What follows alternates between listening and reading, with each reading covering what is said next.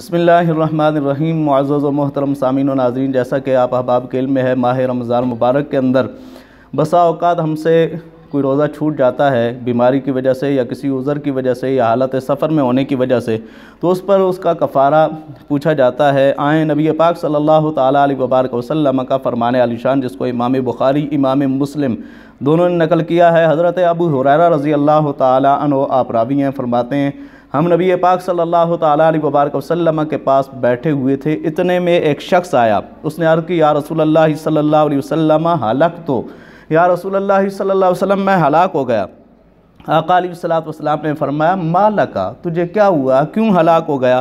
قال وقعت علی امراتی، اس نے عرض کی یا رسول اللہ صلی اللہ علیہ وسلم میں نے اپنی بیوی سے صحبت کر لی، وانا صائم، اس حالت میں کہ میں روزہ دار تھا۔ فقال رسول اللہ صلی اللہ علیہ وسلم، نبی پاک صلی اللہ تعالیٰ علیہ وبارک وسلم نے فرمایا حل تجد رقبۃ، حضور علیہ السلام نے فرمایا کیا تو کوئی غلام پاتا ہے تو تقوہا، جسے تو آزاد کر لے؟ قال لا، اس نے عرض کی یا رسول اللہ صلی اللہ علیہ وسلم نہیں، میرے پاس تو کوئی غلام نہیں جس کو میں آزاد کروں۔ پھر نبی پاک صلی اللہ تعالیٰ علیہ وبارک وسلم نے اس سے پوچھا کیا تو 2 مہینوں کے لگاتار روزے رکھ سکتا ہے؟ پھر اس نے عرض کی یا رسول اللہ صلی اللہ علیہ وسلم نہیں، میں 2 مہینوں کے لگاتار روزے بھی نہیں رکھ سکتا۔ پھر اس نے عرض کی یا رسول اللہ صلی اللہ علیہ وسلم میں 2 مہینوں کے روزے نہیں رکھ سکتا۔ حضور علیہ السلام نے تیسرا سوال اس سے پوچھا کیا تو 60 مسکینوں کو کھانا کھلا سکتا ہے؟ اس نے پھر عرض کی یا رسول اللہ صلی اللہ علیہ وسلم میں 60 مسکینوں کو کھانا بھی نہیں کھلا سکتا۔ تو نبی پاک صلی اللہ تعالیٰ علیہ وبارک وسلم نے اسے فرمایا اجلس، یہاں پہ تو بیٹھ جا۔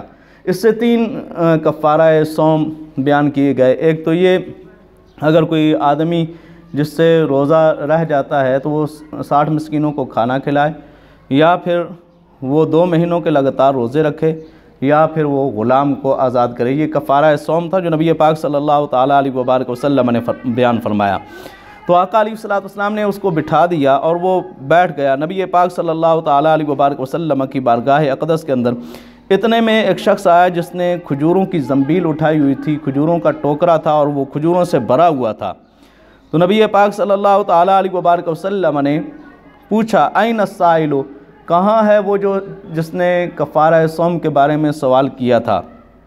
قال انا، وہ بندہ عرض کرنے لگا یا رسول اللہ صلی اللہ علیہ وسلم میں ہوں، اور ان کا نام حضرت سلمہ بن صخر انصاری بیازی رضی اللہ تعالیٰ عنہ ہے، اور بعض نے کہا ان کا نام سلیمان انصاری رضی اللہ تعالیٰ عنہ تھا، جو حضور علیہ السلام کی بارگاہ ناز میں یہ سوال لے کر حاضر ہوئے تھے۔ تو انہوں نے عرض کی یا رسول اللہ صلی اللہ علیہ وسلم میں ہوں۔ تو آقا علیہ السلام نے فرمایا خذ ھذا فتصدق بہ، یہ لے لے اور اسے صدقہ کر دے۔ اس نے عرض کی یا رسول اللہ صلی اللہ علیہ وسلم کیا اپنے سے بڑھ کر بھی کسی فقیر پر میں صدقہ کروں؟ اللہ کی قسم مدینہ طیبہ کے 2 گوشوں یعنی دونوں سنگلاخوں کے بیچ میرے گھر والوں سے زیادہ کوئی بھی خاندان محتاج نہیں ہے، مجھ سے زیادہ کوئی غریب نہیں ہے۔